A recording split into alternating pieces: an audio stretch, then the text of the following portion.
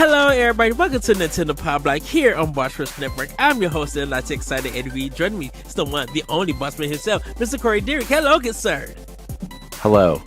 Are we on? Are we live?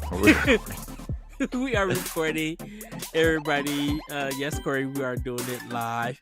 I know. I was just kidding. I was just messing around. I'm still adjusting some stuff here. All right. Yeah, we're good. Yeah, we're trying out some new things, which I'll get to in a little bit when we get to content to plug. But this is kind of what Laron and I have been working on in the background for a little bit now, and exciting things. So, hi, Ed. Hi. How are you? I haven't got to talk to you pretty much this whole week. Yeah, I know. It's been busy, man. It's been quite the week, man. It's been. We'll say. I don't know how else to say it.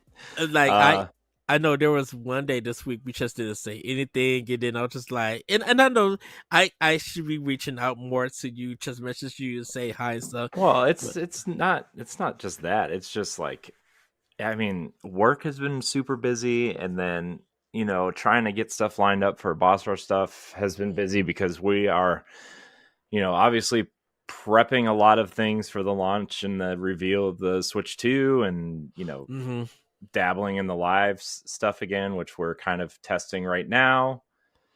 So like, whatever, we're all friends here. We're all going to be here when it's time, right? So yes. Yeah, I just have been busy and trying to like make room for a Switch 2.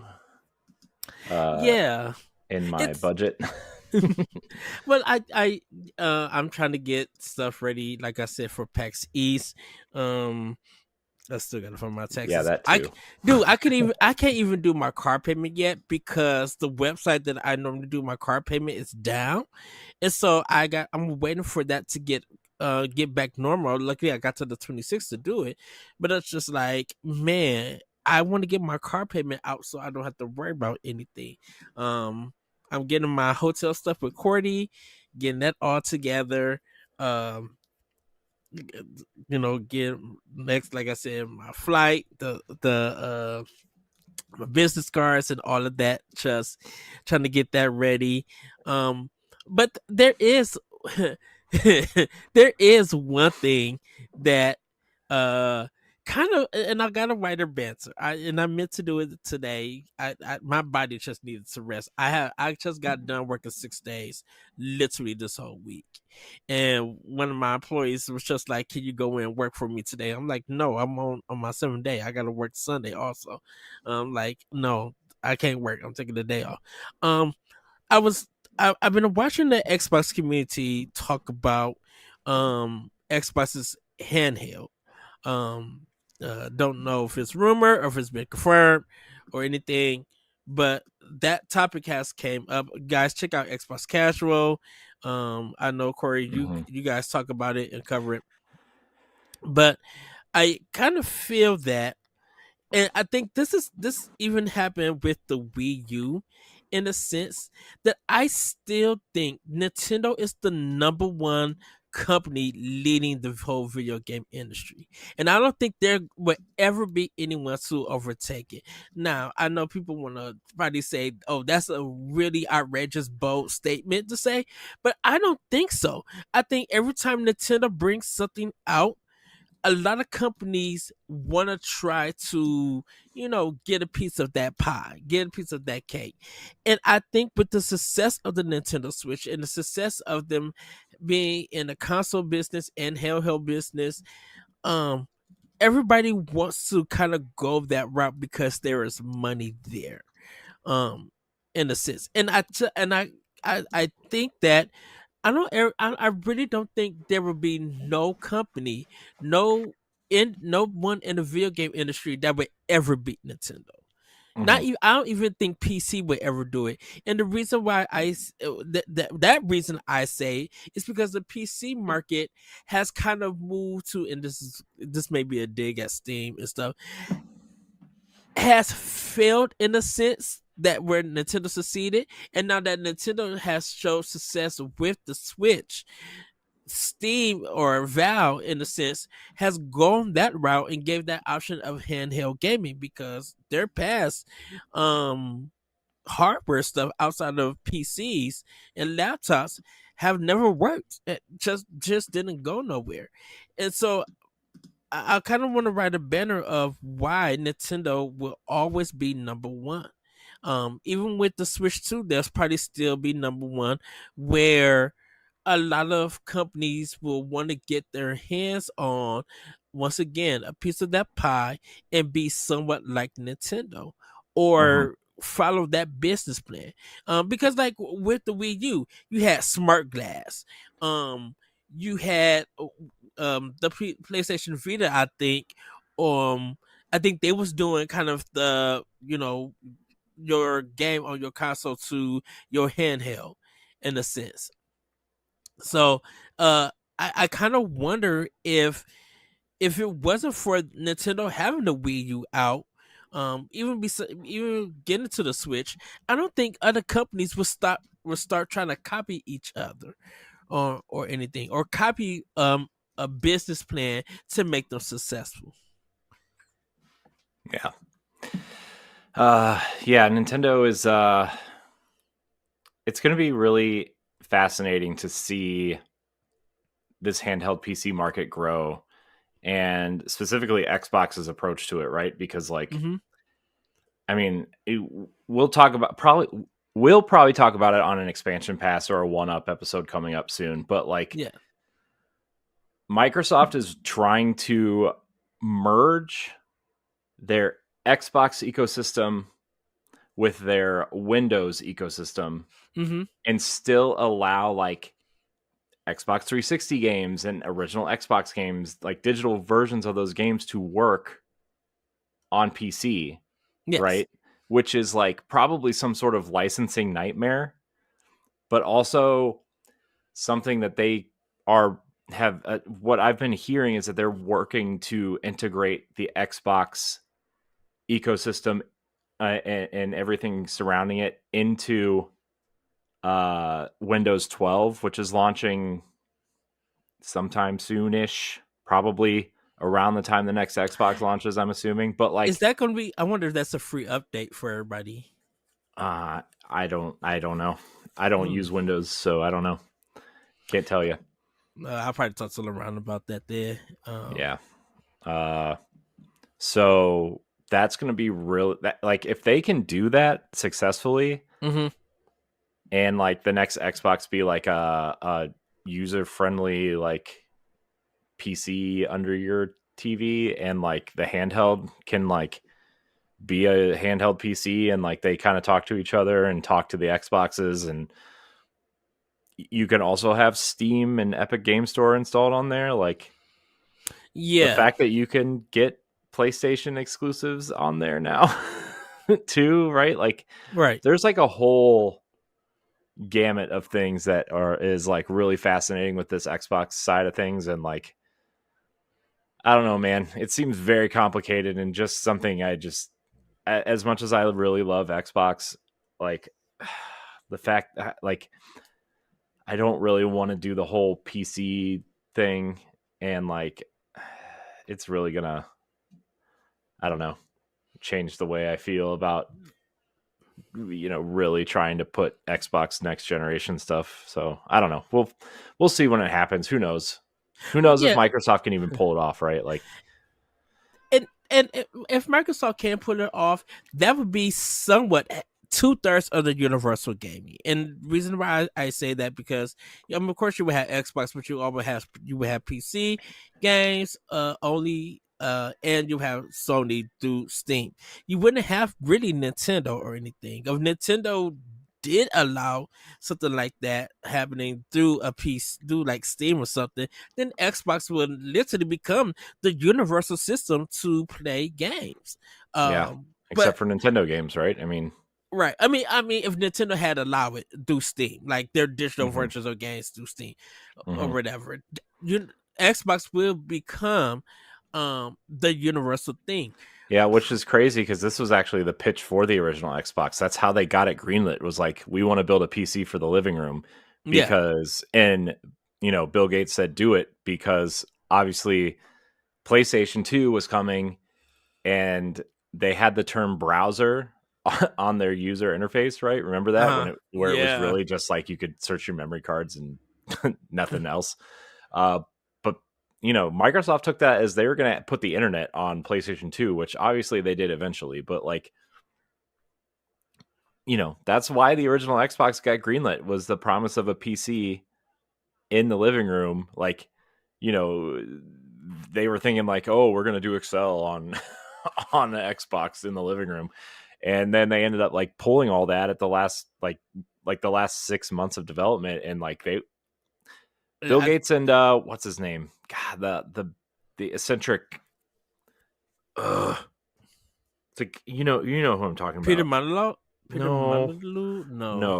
The CEO, not the CEO. The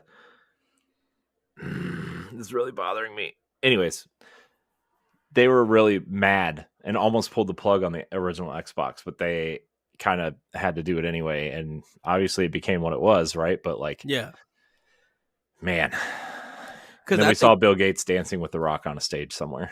Oh goodness gracious, that is right. Because I think Xbox was the first system to have a hard drive.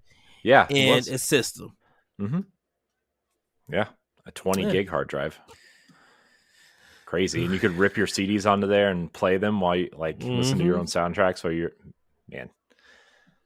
Those are the days. I think that's why I don't remember Tony Hawk 3's soundtrack. Because I would just rip my whole CD collection on there. I was like listening to Linkin Park while I was playing Tony Hawk. I can't say when I had Grand Theft Auto 3 on PC, I did rip the hip hop station because I love Royster 5'9", and a lot of the songs on there. So I ripped it onto my computer using Real Music CD or something like Real Music, the Real Music player, and so I ripped it from that, and then I made a CD out of what I downloaded. We call it burning CDs back in the day. And so I remember. Oh, dude, the burner CDs were like my backups. Like I would put I used to ask for CDRWs for Christmas and my birthday. I had a job when I was working at Penny's, and when you used to see like the 50 CD stack for like $14.99, where there was at Walmart, you were just like, okay, what brand is the best one to get so that you can actually rip the CD, or burn the music on the CD, and be able it won't come out messed up and everything. For it. And then I used to always buy the Sony ones because the Sony ones used to always be able to burn the whole CD and everything. Yeah, man. And then 360 had the faceplates. Remember that? Remember the man, remember when they launched the Final Fantasy 13 one after the the slim model came out? Yeah. That was a good time. Man, anyways. But some people made some awesome custom made ones. Like they would get the white one and custom make their designs. I'm like, oh, this is hot. Like this is a banger. Shout out to the Xbox 360, man. Yeah. Yeah. I give it some respects. Whatever. You don't like it. Oh, I really don't like that system. Oh no. Well, it doesn't like you. I know. I was a PS3 Slim kind of guy and a Wii person. Yeah. Wii. By the way, my Wii U is hooked up real nice over here. Yes. Still love for 2 games now because Xenoblade comes out this week. So it's only plugged in for 2 games now. Dude, and I didn't know that the Xenoblade series is not on Nintendo Music. I was trying to I was going to listen to some of the music because Xenoblade. It's because I think the composer owns the music, and I think they're trying to figure out license. I bet it comes next week, right? At least Xenoblade X probably. I hope so because they have to. I mean they don't have to, but like they got the license for it for Tetris 99 this week, which we'll talk about later. Okay. Yeah, because the Xenoblade music is so good. And I think going into this weekend when Xenoblade Chronicles X drops, um, it's just gonna set the mood right for those who want to just hear the series or they drive around or work or whatever and listen to it. Also, I know Assassin's Creed Shadows is coming out. But Mm, man, I'm so excited for that game, but I can't get it until after PAX. And yeah. I'm super excited. I really hope it get great reviews. I hope sale numbers are does. I know a lot of people are playing it for um a lot of people are playing it for review, but I'm super excited for that game. Assassin's Yeah. Creed I Shadows. I am too. It's funny because Stephanie said that she is going to wait because Ubisoft games always go on sale 2 months afterwards, right? Uh And I was like, good luck Ubisoft being around in 2 months if that game doesn't sell. huh. So that I think that's going to be an expansion pass for later because I don't know what's going on with the Ubisoft thing that everybody is talking about. Well, yeah, we'll talk later. They're in some real financial trouble. So, So yeah, well, um, Corey, how about we get into this housekeeping? Uh, sure. Yeah, because I forgot. uh, this is Here we are. this is Nintendo Pow Block, the Nintendo podcast for Boss Rush Media and the Boss Rush Network. You can learn more and support us over on Patreon. That's patreon.com/Boss Rush Network. Joining for as little as $1 a month grants you ad-free access to our main shows, early access to Expansion Pass and Video Game Book Club, exclusive access to Power Blocks, One-Up Podcasts, and more. Become a Patreon producer at the $5 level or even follow us for free. If you can't support us financially, please head over to Apple Podcasts or Spotify and leave a 5-star rating and a great review as it helps with discoverability. If you're watching us on YouTube, hit the subscribe button, like the video, and hit the notification bell so you never miss an episode. And make sure you leave a comment or question below. As always, you can follow us on social media platforms at Power Block Podcast and at Boss Rush Network. And you can find all of our content, including reviews, listicles, features, our daily banter discussions, and more on bossrush.net. Um, You like what I did there, Ed, on the thing? Like what I did there? yes, love that. um, yes, awesome. Sorry, I was reading it, thinking, then I just clicked over and seeing it, like, oh, that's cool. Yes. Yep. I will say before we get into upcoming and promotion of our content, congrats to PM Studios, Pipistrello and the Cursed Yo-Yo is coming out in May. They do have a release date. I'm super excited because I got to talk to that team at PAX East. They were the game. It was the game that I first played when I got to PAX. Um, and when I so just a little bit behind the scenes, everybody. I got to play the game because I knew nothing about it until we got to PAX East and didn't even know about PM Studios or anything. And just got into their booth. We had early access as media. And it was one of the games that, I seen and just like, oh my goodness, I literally fell in love with it. And the director was just like, would you like to play? And the team was from Brazil. And I was like, yeah. The moment I touched the game and the tight controls and telling me the team was going for a Game Boy Advance kind of feel to it. I was just like, I need this game right now. Like I must have it. And he was super excited. I'm just like, this is going to be a contender for game of the year. Like there was no doubt. There was no other game that I played at PAX East. I mean, I played some other great games at PAX East last year. But it was my number one game at PAX East. And so to see that it finally got a release date, they're actually doing a physical version that I already pre-ordered, which is weird because it's coming from Canada, which I'm fine with that and everything. I'm super excited for Pepperstrillo and the Curse Yo-Yo. Dude, there's just so much dropping in May. It is literally insane. Mm-hmm. I'm like, oh my, like, I mean, just wait till the Switch 2 drops. I mean, everybody's claiming that since the San Francisco store is opening in May, that the Switch 2 is launching on the same day, which I doubt it.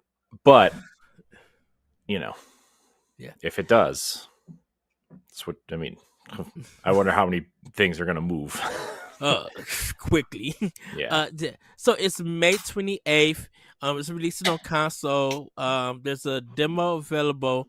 I believe. Oh, I think it's just only for PC. I don't know if the console demo is out yet. But yeah, I got to talk to him. I got to interview him. And it's just they're so cool. That whole team. Pocket Trap is the developer, the studio who is making the game. Mm-hmm. And so I was when I seen the news on Twitter, uh, I was just so happy. And so when I seen what the price was, just like let me do some converting and just see, because it's just like it's gonna be in Canadian dollars. So I'm like, okay, so let me see what it is. I'm like, oh, okay, cool. Yeah, I'm definitely cannot wait for this game. I already got it. I got the collector's edition for Nintendo Switch. Mm-hmm. And I'm super excited for them. I believe this is their debut game, and I hopefully they are at PAX East, and everything because I know the game won't be out by time we go since it'll be closer to the end of the month. But I really want to congratulate them if they are there and just like I'm super happy for you because I did ask them. I know they had planned for August release for PC, but I think development got pushed back. So now that they finally got the release date, everything is coming. It's going to be releasing on platforms, on console and on PC. So congratulations to Pocket Trap, Pipistrello, and the Cursed Yo-Yo. If you love Game Boy Advance style Zelda adventure games, this is definitely the one. And it's funny. Oh, it's so funny. Great writing and everything. And great soundtrack with the music, and I can't wait to hear more and play more. So just want to give them a big shout out. But Corey, yeah, do we have any content updates or promotions of content? So my review for Fire Emblem Engage should be out by the end of the week. Not that, it's not like a big thing or anything. I just really liked it. Thought I would give it a review. I'm almost finished with it, but we are going to start live streaming shows again, at least our main shows for now. Maybe other shows in the future. But we are really preparing for the Switch 2 launch, and we're going to do I know that the presentation is going to be earlier in the day on Wednesday, the 2nd, April 2nd, right? But Yes. that night, Ed, I think you, me, Stephanie, and I know LaRon wants to be on. I was going to see if Roger from Gamerheads wanted to come on, although I'm sure they're doing their own thing. I'm going to try to get some people on to react to it and watch it, and we're going to do our direct recap show live here on April 2nd. That's kind of what all these test streams are leading up to. Mm-hmm. And then obviously we'll stream Nintendo Pow Block and Boss Rush podcasts and probably Xbox Casuals here. So, yeah, that's kind of the upcoming content. We've been working really hard on trying to get stuff out and, do I this correctly, I'll say. I am going to try to get the second off. I probably gonna have to see if I could put paid date off, vacation day, and get it off because um that day is gonna like you said, Corey, it's going to be a big day, just not only for Nintendo Pow Block, but like Boss Rush in general. I know there's going to be a lot Mhm. of other video games covering it, but I'm like, I want to get the details. I want to see what is the release dates, the price, the games, and it, that that little direct or whatever, whether it's 30 or 40 minutes, is going to cause a big discussion for a good while. Well, Ed, as in tradition of when a Nintendo console gets revealed, Mm-hmm. I will be on vacation at some point that week. No joke. We're taking my kids to Columbus and stuff that weekend, and we're leaving on Thursday. Mm-hmm. So of course, during Nintendo console reveal, we're gonna not be home to talk about it or all weekend, which sucks because I wanted to do like streams and stuff like all weekend for it, but Mm-hmm. um, I won't be here, sadly. So I don't know. I'm a I'm a little annoyed. I'm not But gonna lie to you, but also like you need the it's vacation. family, and I guess I have to go, right? So Yes. Well, I think there's just going to be so we're all going to discuss the system, just from the information that is provided to us. But then, once the hypotheticals start popping in, that's tons of expression passes and mhm, one up episodes and discussions because mhm. Corey, I know you know me. When if we get into texting, like just us two texting each other because something could happen. Oh, you already know that's a show. Oh, I know. Uh, so that will be something that I'll have to figure out beforehand, but it shouldn't be. I don't know. It shouldn't be that big a deal, I guess. And we'll get it done, and we'll figure it out, and that'll be that. So, Yes. but Um, other than that, let's see. I don't think there's anything else though, really, right I now. I am I'll be working on my blogs and stuff, to my banters and stuff, so I can give it to David, and everything. I'm thinking I may do a review for Avowed, um, because I'll talk to that more about in Play with Power. Um, I haven't did an Xbox review.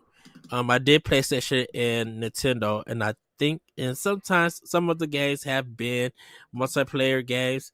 But I do want to do like an Xbox review for with Avowed first party Xbox, I should say. Everybody, I have did some third party that you can play on, like I said, on multiple consoles or PC. But I do since Avowed is a first party game through Microsoft. I do want to do. I'm thinking of getting into that and playing doing the review for it. Hmm. So Nice. so well, everybody, it's time for Snacktendo. And Corey, I Hmm. have tried the Chipotle honey chicken. Yeah. Love it. I love it. It's so good. Wasn't that spicy? Mm-mm. Um, It's not got spicy at all. yeah, got some really good sweetness. It felt like it had like a glaze on it instead of like a rub or anything. Yeah, Um, oh, go ahead. it's honey. The Well, glaze is honey. well, because the regular chicken is kind of like a little bit spicy because it feels like they do like spice on it. Um, Normally sometimes when there's like the honey chicken, um, you would think there would be like a sauce to it, and there wasn't like really that kind of like sauce or something on it. But yeah, really, really enjoyed it. One of my other managers, Friday, decided to get some for dinner. So when I talk to her, I want to hear her thoughts on it. Um, had a poke bowl today, really, really good. Um, got my lovely Dole pink lemonade drink. Love that. Dole makes some bomb lemonade. Mm. And everything. I'm like, ooh, this is being out country time lemonade. It's so good for it. Uh for Friday for Pie Day, I did buy my associates some Domino's, so we had pepperoni pizza for That's not Domino's. pie. That's the thing about it. I know you're supposed to have pie, but because they call it a pizza pie, I went like that. Um, That's like when Italian people call red sauce gravy. Okay, it's not the same. yeah, true.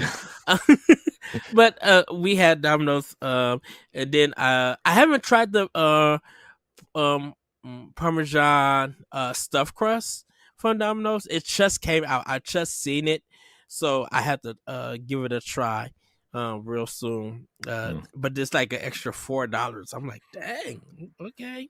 Uh, but hopefully I will give that one a try. Has some Ben and Jerry's. Give me some more ice cream. Yeah, and just some Kit Kats here and there and stuff. Mm. Um, Mm-hmm. so yeah, that's pretty much what all I've been snacking on. Nothing too major. Mexican pizza from Taco Bell, stuff like that. Mm. Uh, yeah, that's what I been snacking off. I mean, the Mexican pizza from Taco Bell is it's all right. I want some Taco Bell, man. I miss Taco Bell. It's so good sometimes. I know. Side tangent. Did you see the good news? Did you hear the good news as the good old people that Preach come knock on your door? Did you the hear the preacher good man. news? No, I did not. What good The good news? news about Arby's? No, are they bringing the potatoes back? Potato cakes are back. Really? Yeah. When? When did they drop it? When they I, announced it? I don't know. I just saw that they were back. Did you get some? No, not yet. Why not? Someday I will. Because I just just haven't gone yet, Ed. Sneak out tomorrow and get some. I can't. Ah, Riley and Sana will be gone, and I'll be that's stuck with you and the angry Mouse. one. Oh, my Mauser. Boy, do I have a story to share with you. Oh, great. Uh, oh boy. But Corey, what have you been snacking on? Honestly, not a lot. We Did you cook folks, the chicken last Sunday? Like grill it? yeah. Okay. It was good. I forget what I grilled though, to be honest. Let's see. I think it was it was the I put the applewood rub, the rest of the applewood rub, and I sprinkled and I don't know if this was a good or a bad idea, but it tasted good. I sprinkled a little bit of the Nashville hot rub that I bought into the applewood smoked rub. So it tasted like spicy applewood. It was pretty good. Oh, okay. It was pretty good. Not like amazing. Yeah. It was pretty good. It was pretty good. So, uh, but other than that, I mean, so I was like, I was all mentally prepared to have like Casa del Rio today, and I was like really looking forward to it. And then, just to be polite, right? Not be polite, but like, I'm not the only one in this house. Yes. I hit my wife with, "What do you want for dinner?" And she's like, "I don't know, as long as it's not Chipotle or Casa del Rio or pizza." And I'm like, "Oh no." No, and I know what that means. It's either going to be sushi or Chinese food. And so we got sushi tonight, and like Yes. I wasn't mentally prepared for it. And like here's the thing. Mm-hmm. I like sushi. I don't love sushi. I like sushi, but it's one of those things I have to mentally prepare myself for, or like it's just not happening. uh so yeah, we ended up having sushi, and I didn't even finish mine because I just didn't. It's not what I wanted, and it just didn't taste. Was it feeling You know it? how like when you eat things that you don't want, like you're not like, I don't know. Maybe I'm just weird because I have mental handicaps, but like I just like if I'm not mentally prepared to eat something like that I'm not Mm-hmm. like ready to eat all the time, it like I just don't want it. Like, and when I don't want it, it makes it taste even worse. uh, so man, I don't know. It's just not what I wanted, man. Not what I wanted. Oh. So uh, yeah, but that's kind of all of it, and some cookies, I guess too. Let's see. Hold on. There's a show option on here. Let's see. What does that do? Show. Yeah, look, we can show some chats on here. Okay. Okay. Mm-hmm. Sorry, I just tested stuff out. I gotta redo the if we're gonna start doing stuff live I gotta redo these overlays so I can make Yeah. room for those types of things, right? So Okay. uh this is why we're doing it live and testing stuff out. The fun project for you. Yeah. So Well, anyways, that's kind of it. I had some cookies too. no. Which are fine. I mean they're just normal cookies, so it's Well, fine. Corey, No. how about we get into playing with power? Yeah, playing with power. Hold on, And let me fix this. I'm gonna go first with my play with power, everybody, because I have been playing some Xbox and some Nintendo. But I'm kind of back in the Nintendo things right now. So I'm gonna start out with I started up Gears of War 3. Mm, Um I want to get that out the way. Just playing it for fun and everything. Um, like I said, I pre-ordered Pipistrello and the Cursed Jojo. I'm still playing Cruising Near on Xbox. So, with that, I'm doing a little bit on Xbox. Final Fantasy 6. I am fighting Kefka for the first time. So I mean I beat him before when I had played the game on Super Nintendo, but I'm playing him in the remastered version. Got my tail kicked, I will say, and it sent me back to my last save, so I got to do that section all over. Um, but I want to talk about Avowed for a little bit because I just completed the game. I finished it. I think I kind of got like the best ending. I believe there's multiple endings depending on the choices that you made. Um, and I'm not gonna get in too much detail because I kind of want to say that for the review and mhm. everything. The boss fight at the end is a little bit longer. It feels a little bit unnecessary, but I can understand it. Um, I am kind of glad that there's only 4 sections in this game. And the reason why I say that is because I don't think there's a lot the game offers mission wise. It's kind of like if you kind of like power yourself up, um, and you able to handle some of the missions. I think you could finish a game in around a 20 to 25 um gameplay hour, depending on if you upgrade your armor and upgrade your weapon, depending on what your play style is. Um I think the game is longer if you do the side quests Mm. for that. I will say that. Uh Not a lot of enemy variety, but that is fine with it. Um like I said, the game is gorgeous. There is something kind of missing in this world because I feel like there is something. It feels a little bit empty at some points in this game Mm-hmm. with it, but uh, I did have fun. I will say when I was getting off of work, there was one day I was playing it. I didn't get to bed till like 5 o'clock in the morning. Um, because I was doing a lot of side quests and trying to figure stuff out. I was trying to get the fullness of the game before I plan on doing a review for it. Um, I think the payoff might not be as accepted for some people with this game. But I will say that it definitely is a contender for Game of the Year for Xbox. And makes me look forward more to what Xbox game studios have or publishers have for the future of their first party games. Because the vibe is really really fun.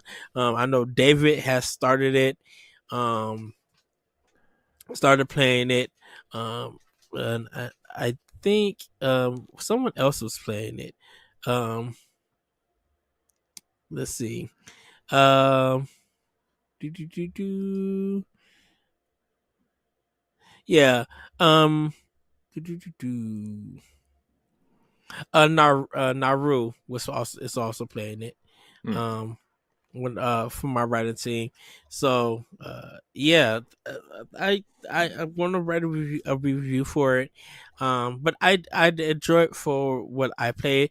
Um, One thing, and I agree with a lot of reviewers and stuff. It's just like when you finish the game, there's not much to do. Like there's no new game plus, and you cannot go back into the world after you finish it. Like my save data is my autosave. If I load it and and it kicks in, it's saved to after where the last boss fight happens, and it puts me straight to the ending, and it just repeats. Mm. When I got out the credits, it took me back to the title screen. I'm just like, oh man. So I mean, there is a point that it does say, um, you cannot go back after you finish if you start this quest. So pretty much if you need to finish a lot of the side quests, open up more of the maps and everything, you have to do all of that before you get it to like the final part of the game. So Oh, okay. um, but that's pretty much it with a vow. Like you said, Corey, Xenoblade Chronicles X is dropping this Friday. So that will be the game that I will be playing fully on my Switch. I'm super excited for that. Um, yeah, and I'll be playing more Switch games. Like I'm getting back into my Nintendo gaming. But Avowed was such a big game, one of my most anticipated games for Xbox, that I wanted to see it through, and I did. Yeah. So Well, it's fair. I mean, people seem to be enjoying Avowed. Um, although I know a lot of people got cut off from Avowed for Monster Hunter. So, uh, you know, uh, cool. so yeah, Corey, what are you playing with Power? What am I playing? So I'm still playing Fire Emblem Engage. So I thought I was gonna have it beaten by this episode so I could talk about it more. But LaRon and I got stuck on StreamYard last night for quite a few hours trying to figure out how it all works and trying to make things work and see how it all worked and all that kind of stuff. So Mm-hmm. I only got to play a little bit. So there's 24 chapters, Ed, and I'm heading into chapter 23, and I am in this is the last part of the game where I can do any leveling up, any kind of character customization, Mm-hmm. anything like that, because chapter 23 and 24 are back to back, and yeah, it's fun. I'm gonna be really sad when it's over. Although I still have the xenologs to do, which are like the alternate dimension campaign to do, which Mm-hmm. I don't know how long it is. It shouldn't. I don't think it's that long.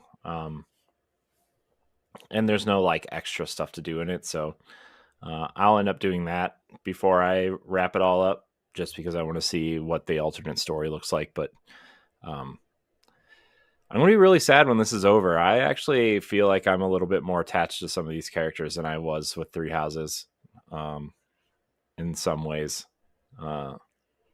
So yeah, I really love it. But other than that, my son and I are playing through Yoshi's Crafted World right now, Yes. together, and we just beat the first boss and got the first gem. Um, dude, he really loves that game. He's like, so like, and I'll talk about it in weekly pickups. So like, I have my one of the 2DSs. I have the doorstop looking ones, uh, charged, and I let him play it, right. Yeah. And I ended up getting him Poochie and Yoshi's Woolly World for that. Oh. Um, and so he can kind of play it whenever, right? Because I'm not gonna let him play my Switch. Ha! No, Now, the way he throws things. Nope. without you being present, yeah. Yeah.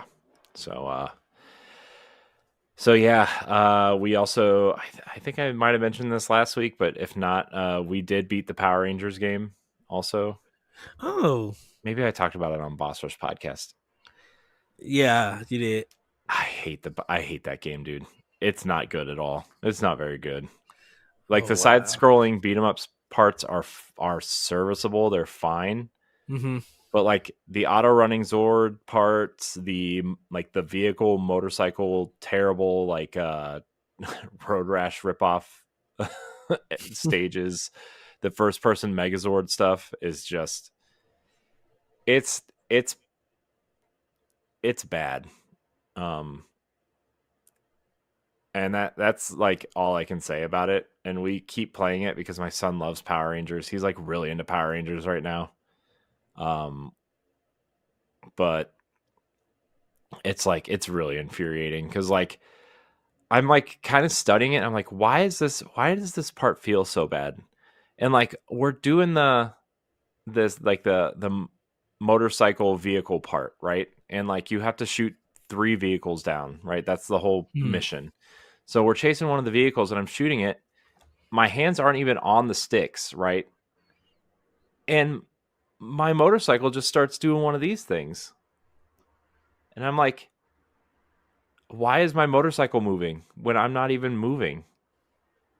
Because like one of my biggest complaints was like I keep losing my where I'm at on the screen because I'm like looking at my reticle to shoot the enemy, right? So I'm losing Yeah. my character.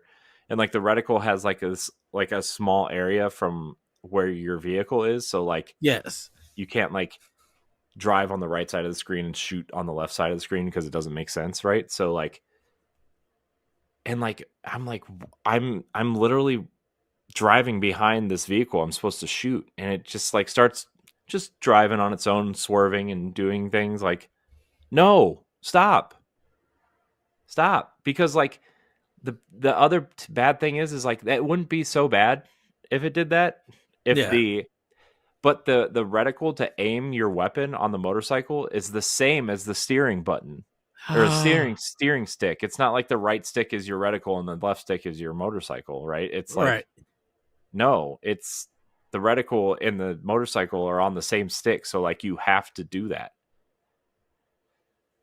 It's like really infuriating. Oh no. Yeah.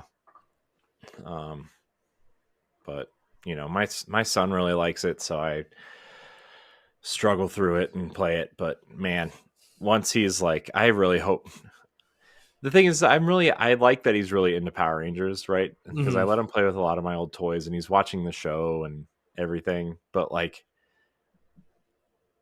I thought it would be fun after we played Ninja Turtles because Power Rangers is essentially the same. I thought it was going to be like a very similar type of game, and Yeah. it's like, sure, it's a side-scrolling beat 'em up, but that's where the similarities end. Ooh. Shredder's Revenge, awesome. Power Rangers Yes. Rita's Rewind, Not awesome. Questionable content. it's rough, man. Like I don't really know what to say about it other than like it's rough, and I don't want to say that, right? Because like I wanted to like it a lot because I really like the Power Rangers too, but like Mm-hmm. boy, Ed, um It's yeah. it's it's QC, questionable content. Yeah. Yeah, we'll leave it at that. All right. What else have I been playing? We haven't really been playing much else. Oh, we've been playing Mario Wonder also, but he only likes the same 2 levels, and we can't progress because he has a hard time in swimming levels. And that whole like second world, third world, second world is like all swimming. Swimming. So, I think I'm going to play it by myself at some point and just get through that initial kind of thing. So So we can, investigate. so we can go play other levels. But, yeah, that's kind of it. Okay. What about Fire Emblem for your mobile? Uh-oh. Ed's yawning. Ed's tired. No, I had to sneeze. So I was trying to. Hmm. My 6-year-old daughter and I beat the X-Men arcade game on 360. Yes. Nice. Nice. That's a good one. That's a good one. One they should bring forward, or have the Ninja Turtles developer make a new X-Men beat 'em up. Just gonna throw that out there. Marvel, you can have that for free. Here you go. Have it. Here. Platter. I just want the Simpsons game still to come, or Metamorphic Force. Need Konami to do a arcade collection. Man. Look, I used to love the Simpsons game, and then when I was in Boston hanging out with Stephanie, we played through the whole thing, and I'm like, I don't know if I ever want to play that game again. Which, oh wow, it was hard. oh Man. wow. Arcade games hard. The original microtransaction. Okay. Double Especially if you Dragon. got further than like the second or third level in any arcade game. They're like, Mm. oh, you got past the test, so here you go. Give us more money. Go through Double Dragon 3 arcade. You'll be like, oh, this is just stealing my money. And the hit detection is terrible. Yeah. Yeah. Dang. So that's it though for me, I guess. All right. I don't want to complain about Power Rangers anymore. Well, Corey, how about your weekly pickups? I haven't got anything this week, everybody. Like I said, ready for the Xenoblade Chronicles 3. Likely excuse. I mean X. Likely excused. So like I said, got Poochie and Yoshi's Woolly World for 3DS. Maybe I said it last week, maybe I didn't. I got the physical version of Mario Odyssey because it was the last Mario game I needed for my, the collection. Mm-hmm. I have it digitally, but here's the physical. And then I got the Corrin Player 2 amiibo. Yes. Because Corrin is the best. Actually, Robin's the best, but Corrin's second best. It's fine. Technically, if you want to get real technical here, okay, Lucina is best. Lucina, Robin, Corrin. That's how it goes. We're gonna throw that out there, but that's my weekly pickups. I would Also, side tangent, I ordered Octopath Traveler 1 physically with the Nintendo published thing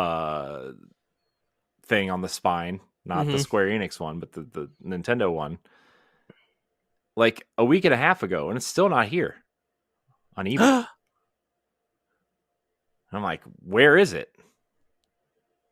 So, a little concerned, but it's fine.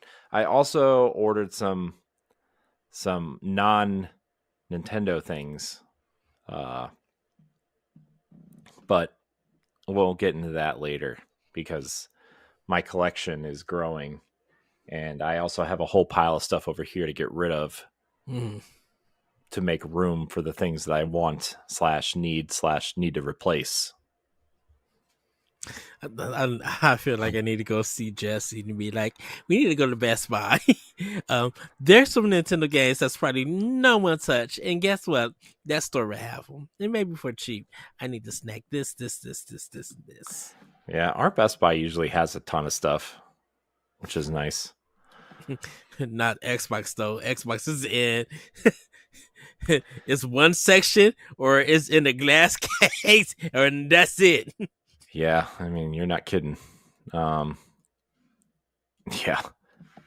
The Xbox section at my Best Buy is basically all controllers and some consoles and like cardboard tags with codes on them. It's like a third of an aisle, maybe. So that's how my Target is. Rip Xbox, I guess, and physically. Yes. Well, everybody, it's time for Family News. Corey, take it away. It is time for Family News. You know why, Ed? We got a lot to talk about. Trust me. Because, oh, whoops, that's wrong. Hold on. Yes, there we go. First story. I was changing our little banner here at the bottom. That's going to be hard to do all the time if I'm hosting all the time. It'll be fine. I'll get it right someday. All right. Let me zoom in on this because why is this so small? My eyes are getting old. So Nintendo has reportedly shipped literal quote boatloads of Switch 2 units to North America. Rumors suggest that about 383,000 Switch 2 units and about 41,500 charging grips were shipped from Vietnamese manufacturer HVBC to North America in January, hinting at a potential early summer launch of the console. HVBG reportedly holds at least 1.7 million Switch 2 screens, and Nintendo aims to produce 7 million units worldwide before launch, with anticipation being high. However, these claims are unverified, so I guess we'll have to wait until Nintendo's Direct on April 2nd. 7 million at launch seems high, but also like good if that's true. Because I don't want to have to do what we did for Xbox and PlayStation right at launch, where like sitting there refreshing like 75 screens trying to get one. You know, I miss the days of the Wii U when I pre-ordered one and just walked in and nobody was in line because nobody wanted a Wii U. Pretty much. Oh, it's fine. I do wonder with the 7 million if that is worldwide that they're trying to hit. Yeah, 7 million I'm sure is worldwide, right? I mean, because I know that, you know, they had issues with doing the first Switch. For a couple of months, you couldn't really get one. Like I actually had to put mine on layaway, just to make sure that I was able to secure it. I mean, I wasn't in a rush of getting one just yet, because we were still waiting for more games and everything to come out. But we was, you know, there was still stuff coming out for the Wii U.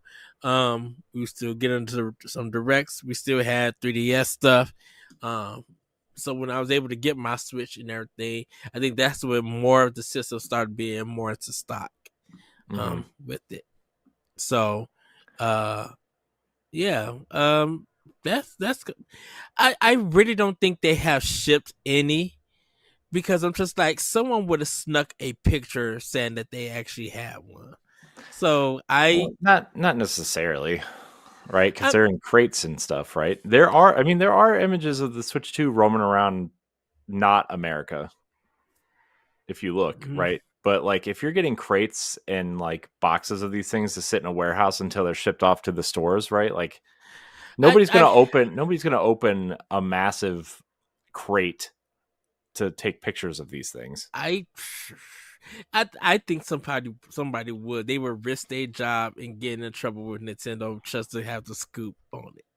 Um Yeah, but I so feel like them being in a warehouse in a crate is less exciting than people walking around with them in like China or Vietnam or one of these places where they're coming from off the line. I don't know. That's just my opinion, I guess. and plus like was it China that some people said they had one and they were trying to sell them for like 10,000 or 40 8,000 $40,000 was the number I was hearing. nonsense. I'm like I mean, I agree that's crazy. Um, but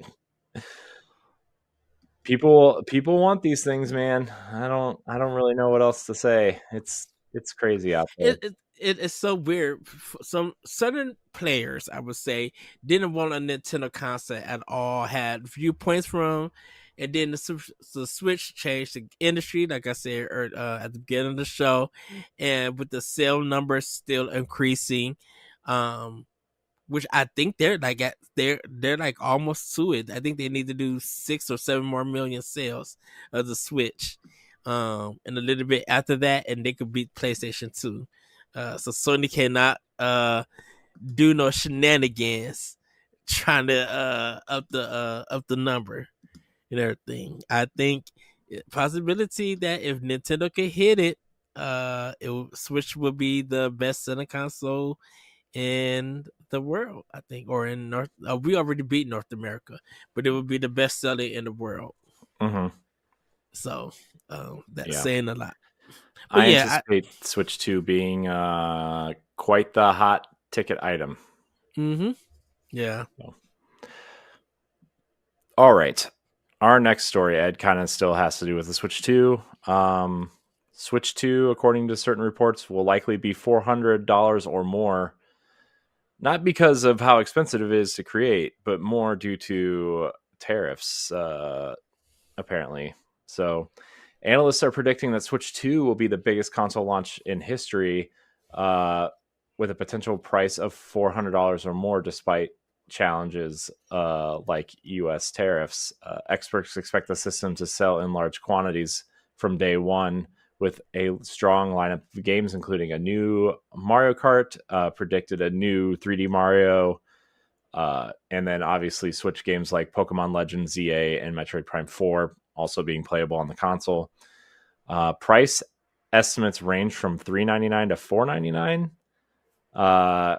And like we said earlier, Nintendo is expected to launch with between 6 and 8 million units, with more details revealed during the April broadcast coming up. So, I mean, I think we've been talking about it being around 400. mm-hmm. I Yeah. know, I know we talked about like with them price dropping Switch One, Mm-hmm. with Switch Two possibility being like 379 to 400. Yeah, I think we Um, did. I think before the recent election, I'll just leave it at that. We mm-hmm. did discuss potentially being $350 to compete with the Series S, right? But Yeah, obviously companies need to make their money, and the current administration is kind of making it tough for everyone to do business with us or importing goods, or so yeah, I think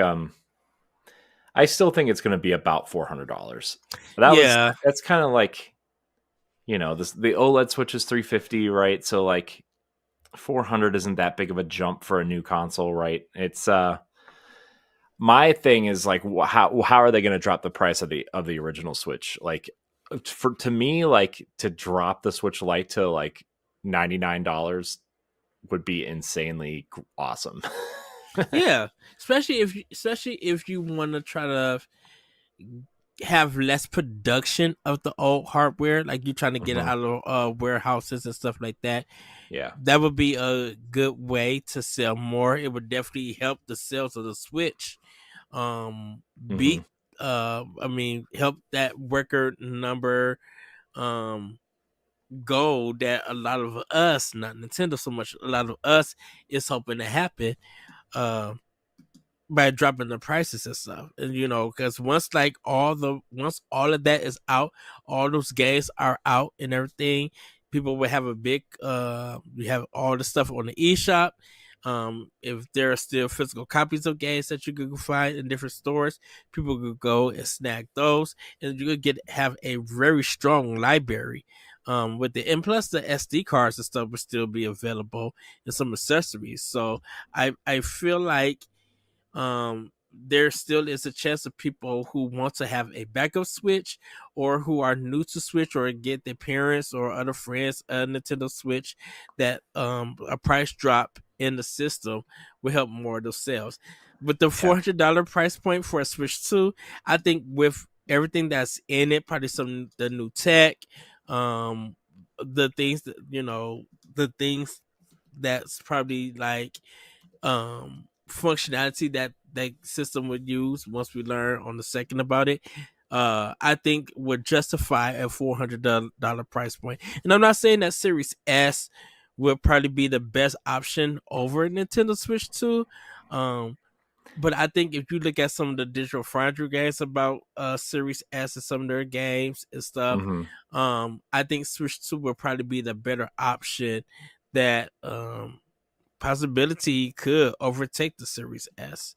Oh And yeah. be No, the I record. think I think I think you're going to see a lot of complaints about the Series S go away with the popularity of the Nintendo Switch 2. I also think, like we said before, Nintendo is positioning themselves technologically, at least, in a way where companies can kind of start either making money on their back catalog of games, right, or put out, maybe even the Switch 2 being the lowest common denominator in some ways in terms of development, which will lower their budgets, which will maybe get their games out faster, which will and obviously like games scale really well now, right? Like on Yes. Boss Rush podcast we were talking about technologically if it would be possible for Monster Hunter Wilds to run on the Switch 2 based on the leaked specs, and like LeRon had a lot to say about it, which was really interesting. So that episode's coming out this week at the time of this recording. So yeah, I mean, I would be shocked if this console was more than $400. Like, it would seriously shock me, because Nintendo is always known to try to keep their prices low, right? Low. Even if the economy is weird or whatever, right? So, if anything, if it had to go over 400, I would probably say maybe 429. I mean, I don't think 450 maybe, but like even that would be. Yeah. I think you're gonna see. Here's the thing. I think you're gonna see the price jump on games, not the console. Like them jumping up to 70, like physical games. Yeah. Like, yeah. I mean, I think Nintendo's going to make the leap to $70 games this gen anyway, right? It's natural, I think. Yeah, Right. which is, I think, it's kind of expected. With I the mean, way the industry is moving. they've always played with their price ranges, right? Like they've, played between the $40 and $70 mark for the Switch generation, right? Yeah. Like Metroid Prime was $40, right? That's crazy. And then Mario versus Donkey Kong was $50. A lot of their kind of AAA output was 60, Zelda was 70. Yeah. One of the Kirby games was 15, I think, on the eShop. Like Mm-hmm. they're playing around with that, and I think they've done a great job at doing that.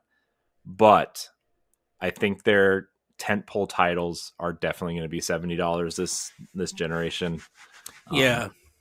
Any like and then I think you're going to see like the remasters and remakes and stuff will probably hit the $60 mark. I think they'll probably hit the $50 mark. I mean, Maybe. Twilight Princess and Wind Waker, I think those are going to be definitely $60 plus Oh, titles. oh yeah, those, yeah. So If depending if that depending if there are two different versions of that game, meaning that because since the Switch is still going to be around, if they make it available for Switch, but you want to play it on Switch 2, you'll get a free update or upgrade due to AI or whatever. They probably would still put each of those $60 for right now. Now, I think it was a Switch was retired, everything was wrapped up, like for the system to games, and then only Switch 2 was the only available option to play those new versions of games. Then I could see each of them being $70 each or $60 each. Yeah. So we'll see. I'm gonna get one day one either way. Like I already have said that I would sell some of my other consoles just to get one if I had to. Not that I have to, right? But like I would. I probably would have to. I'm probably gonna have to pre-order from Best Buy, like in Kenosha or something, or Racine. Like I'm going to have to go out of state to get one because I know. Well, they're only doing in store, right? That's the whole thing. Is they're only doing in store pre-orders. Even if you pre-order online, like you have to pick a store to pick it up from to avoid scalpers, right? That's their whole thing this time around. Rumored, supposedly. So I think that's I think that's we talked about it. It was just like how will they be able to control that? I mean, they will have to go through the retailers, right? I mean, Amazon doesn't take Nintendo pre-orders anymore, right? Right. Like first party stuff, at least you can still pre-order Switch stuff, but like not first party. And everything on their first party is still not sold through Amazon or Nintendo. They're all third party sellers. I don't know. I mean, I know you don't like going on Amazon, but like I've actually avoided buying Switch stuff on Amazon unless it's like hardware related because of that reason. So yeah, I think my thing is, how would people be able to handle, or retailers be able to handle the scalpers if they have like a bot to steal all the pre-orders? And I wonder if there's going to be something to connect it, because there shouldn't be no way that if you go into the store and or you try to get a pre-order and you go into the store and you just happen to catch someone coming out with 50 or 40 Switch 2s, you'd be like, no, that's impossible. And hopefully stores will see that and be like, okay, we only are giving you a limit of one, but I order under, no, that's not your name. Because what I do love about Best Buy, that they would ask you for your driver's license. Yeah. And they would say that once you produce your driver's license, it must match the name on here. And so if we limited one console to you, that it better match that ID that you give us, better match your name. Yeah. If you give us anything else, we're not giving it to you. We will straight refund you your money. Yeah. Yeah. Yeah, so yeah, man, I don't know, man. This pre-order situation is scary. I'm like, I don't really care about like when I pre-ordered my Xbox Series X, like I was like, I wanted one, but like if I didn't get one, I would have been like, oh well, Mm-hmm. I'll get one eventually. Nintendo is like, I gotta get it. I don't care how I get it. I gotta get it. So Yeah. I'll find a way. Life finds a way, right? Jurassic Park. Uh Justin says so many games they can make sequels or remasters for. Yes, I Yeah. agree. Justin, Yeah. I don't know if you listen regularly or not. But Ed and I talk about it all the time where we think that Switch is going to the original Switch is going to survive based like anything that's remade or remastered is coming to the original Switch and will be playable on Switch 2, and then Switch 2 will get all the new The software. games. Yeah. Which to me makes a lot of sense, right? I mean that because like if since the Switch 2 is backwards compatible, that makes so much sense in my opinion, especially if you want to Mm-hmm. keep the Switch alive, especially for like kids and stuff. And honestly, that makes so side tangent a little bit, not really same topic, but I playing the 3DS, right, and like playing some GameCube stuff recently and some older kind of older games that aren't in HD or anything makes me realize, and maybe I already knew this, subconsciously, but like I love HD remasters of games. Mm-hmm. And like if they like, and we've talked about it too, right? Like the consoles I think that are going to get the most HD remasters are GameCube, Wii, and then anything in the DS era. Yeah. And like I think that those like Nintendo could survive just off remaking and remastering their entire libraries for those consoles for like 3 years easily. But yeah, I would love to see like I would love to see a like I said, the Fire Emblem collection, or the Mistwalker games, or anything like that. Uh, so we'll address that again, I'm sure, several times before. Man, by the way, it is the 15th of March as of the time of this recording. The Switch 2 reveal is in 2.5 weeks. Yeah. And people are getting ready for it. Yeah. All right. You know. Speaking of remakes and remasters, Ed, we're gonna I mean, we're making it worth it for the live viewers here, but like a new filing suggests that Nintendo Switch 2 will support GameCube controllers. A recent FCC filing by Nintendo for wireless Bluetooth controller with a model number BEE has sparked speculation that the Switch 2 could support the iconic GameCube controller. Detective work on Family Board suggested the design matches the back of the GameCube controller with the lack of NFC functionality rules out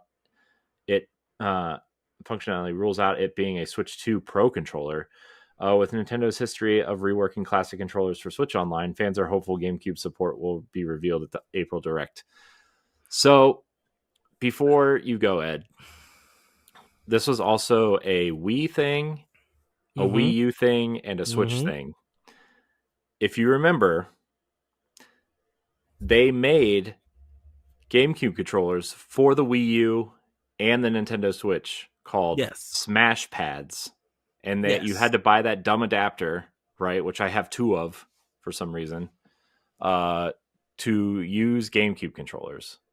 Mm-hmm. And I know this is for like wireless functionality. So like, okay, maybe, but like, I just want people to temper expectations that this has happened before for the last 3 Nintendo consoles.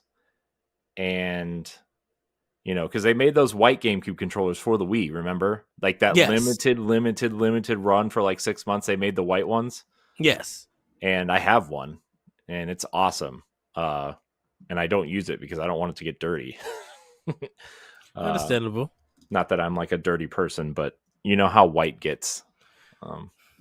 So, Any thoughts on this, Ed? Now that I've kind of made my point. So to jump on that point, Corey, when it was Wii, it had the ports in the system. This is like for the black one and the white one before they did the redesign for it, Mm-hmm. and you could just literally take your GameCube controller and plug it in. For Wii U, I think that's when it also had the adapter for you to plug in. Mm-hmm. Um, for Wii, I believe it was USB. For I don't know if it was Wi-Fi. For Wii, Not Wii. I'm sorry, for Switch. I don't know for if it was Wi-Fi for Switch it was because I thought blue. it was It was USB. Bluetooth, but if you remember, the adapter plugged in via USB C, and you had to use two USB C ports to plug it in and use Uh it. huh. And then the GameCube controllers plugged into the unit. Now you could use Wavebird controllers on it if you Okay. have them lying around and they still work, right? Mm-hmm. But chances are they don't, Because or you don't I have one. because I was wondering for the GameCube controller, did they re-release GameCube controllers and it was a USB plug, or was that some kind Mm-mm. of third party That was a that third did it? party. That was Power A Okay. did that. Power A did Okay. that. Power A Because did it that one. had because yeah, I know exactly which ones you're talking about because Yeah. they had like the switch buttons like the home button and the Yeah. extra kind of select button and the screen capture button, but they were GameCube controllers and they had a second trigger on the left Yes. side. Yes. Um, yeah, those were the Power A ones Okay. because I almost So bought one, but I'm like, I don't look. Anybody who grew up in the 90s and the early 2000s knows that Mad Catz ruined third-party controllers for everyone. if you And do not so preach the words, preach. so anything that it does not say like made by Nintendo or made by PlayStation or Xbox on it, I am not buying you. I'm sorry. I'm just not. I was traumatized as a child with the glow in the dark Mad Catz N64 controller that didn't work after like 3 days. Just saying. That was man, that was quite the rant for a Mad, traumatizing. Mad Cats, it would questionable context to the highest level with Mad Cat stuff. I did not. If your stuff didn't say Xbox, your stuff didn't say Sony, or it didn't say Nintendo on it, I was not touching your third party at all. I will say, I do want to say one thing. The But Logitech, shout out to Power 8 though. Power 8 does do good work. The stuff is yeah, I reliable. use their chargers, like their controller chargers and stuff, to charge my Joy Cons and my Pro controllers. They have a really nice one that holsters like a Pro controller and then two Joy Cons on the side, which is really nice. Yes. And I went to order a second one, and they're like sold out, and they never made them again. So, but it's really nice. I actually charge my NES NSO controllers on it. Um, anyways, what were we talking about? GameCube. GameCube, right? Yeah. So I think it would be really cool though to have GameCube controllers wirelessly for the Switch 2. I d- uh, hmm.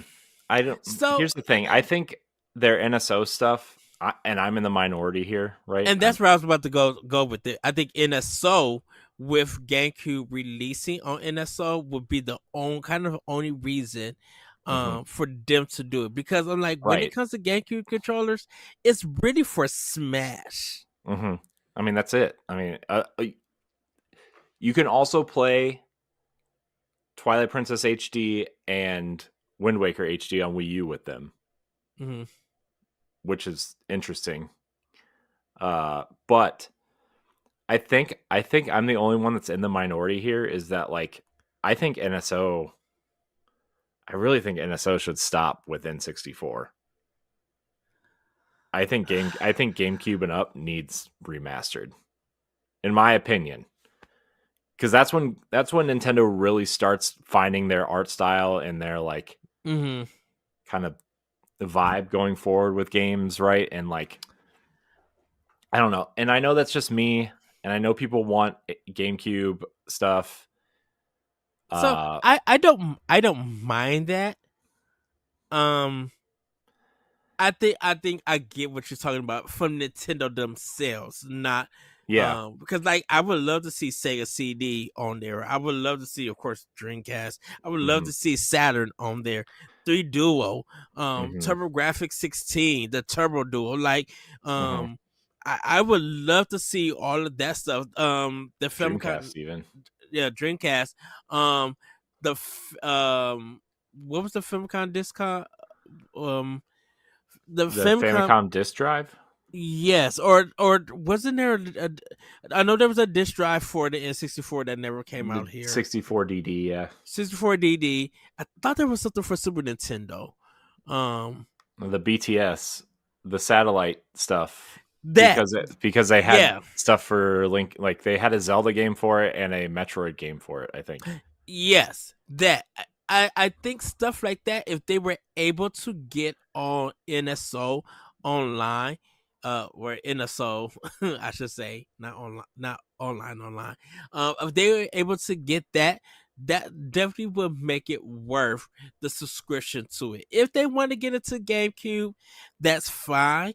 But I think if they do GameCube, it needs to be more third party than first party, unless there's some games that's never getting re-released, Mm-hmm. that Nintendo could do, like Metal Gear Solid Twin Snakes or Eternal Darkness or some other games like that.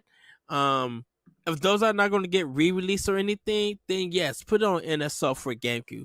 But a whole bunch of third-party games that hasn't been remastered or re-released already, throw that on GameCube NSO. Mm-hmm. Yeah. And make it for a third party, because I think a lot of people be like, oh yeah, I missed this generation of gaming, or I want to get back to it and stuff. Throw it on. Mm-hmm. Yep. So, I don't know. We'll cross that bridge when it gets here, I guess. I just as much as I like the GameCube controller, I think my preference for it has waned over the years. I still really like it. Mm. I kind of wish it was a little bit bigger and it had that, like, I just think the functionality of current controllers is much better, obviously, with like the second trigger on the left side and the clickable sticks and the, that kind of thing. But, um, I think if they could make like a cool modern version of that controller, that would be cool, because like I think the SNES NSO controllers have a second shoulder button on them, Hmm. like closer to like the middle where it charges. Um, so that might be interesting to do.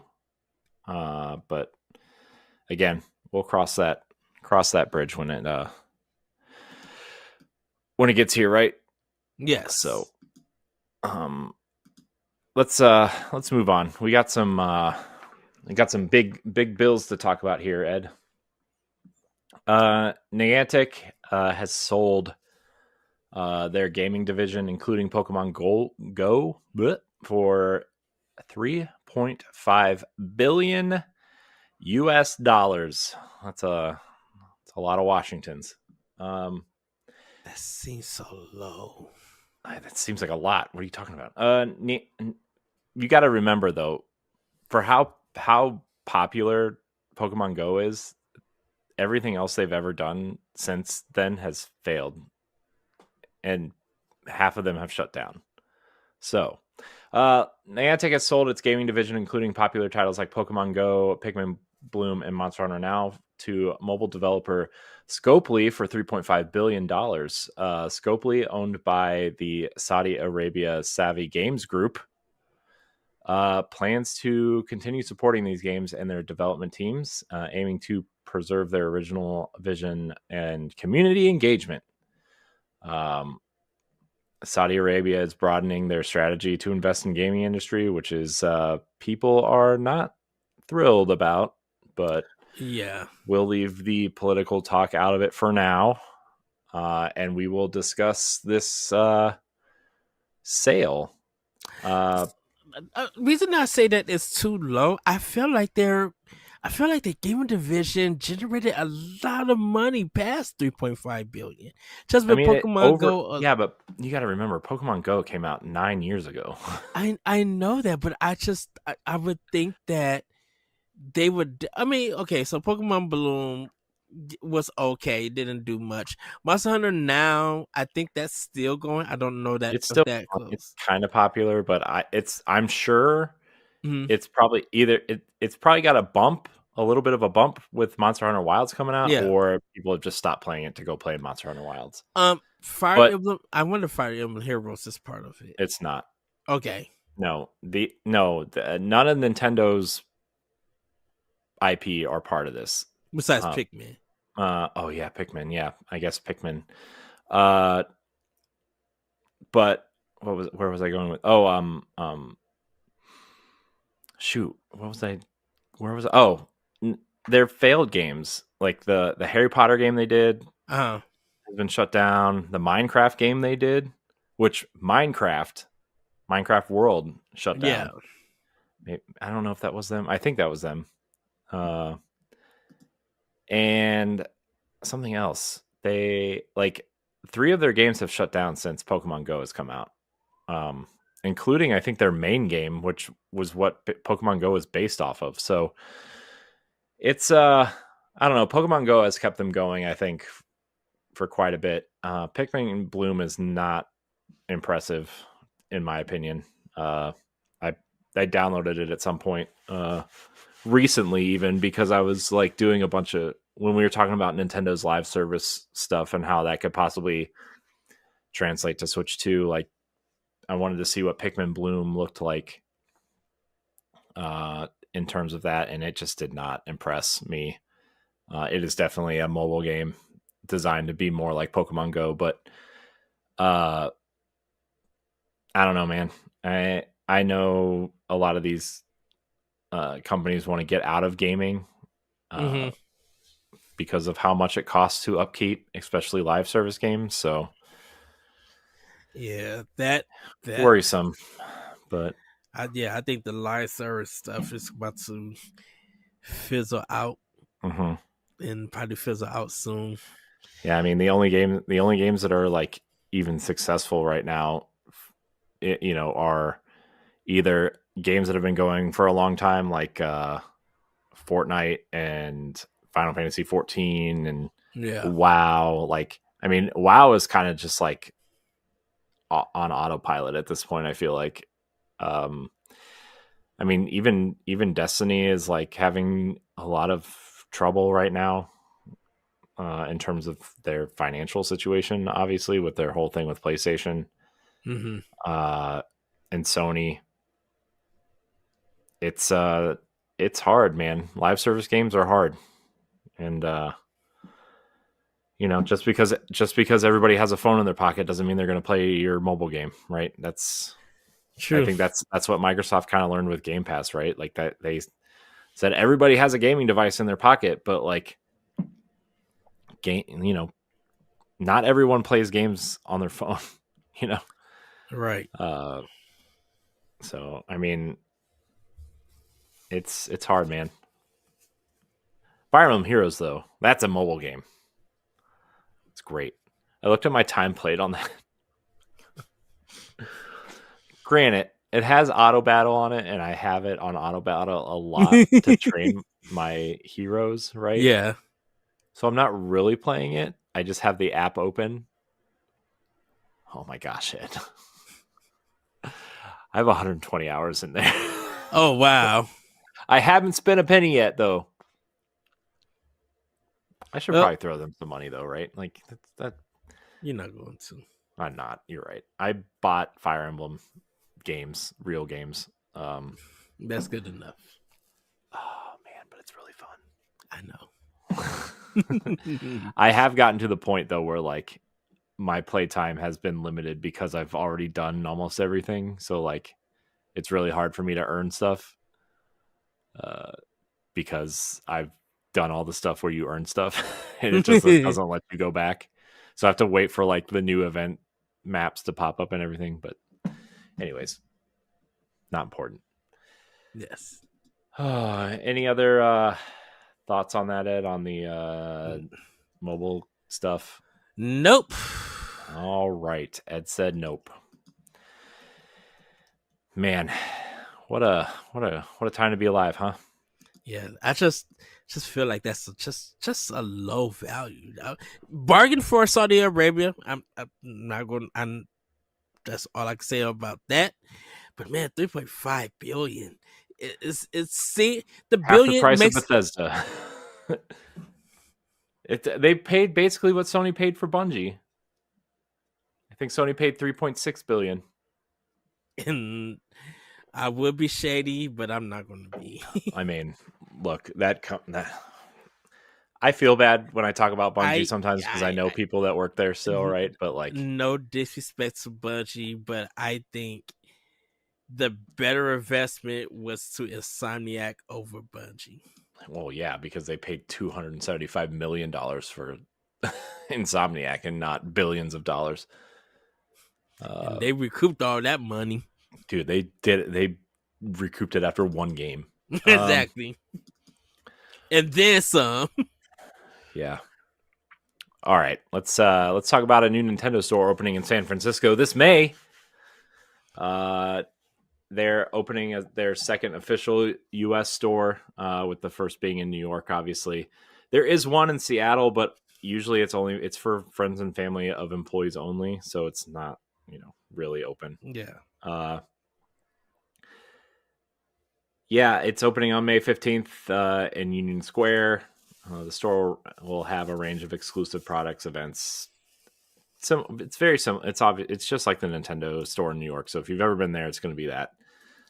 Some people think that the Switch 2 will launch the same day. I don't think so. I think that's very dangerous for that store to do that. So the thing is though, is they are taking reservations to enter the store on opening day. So Yeah. Watch out for that if you're interested in going to that.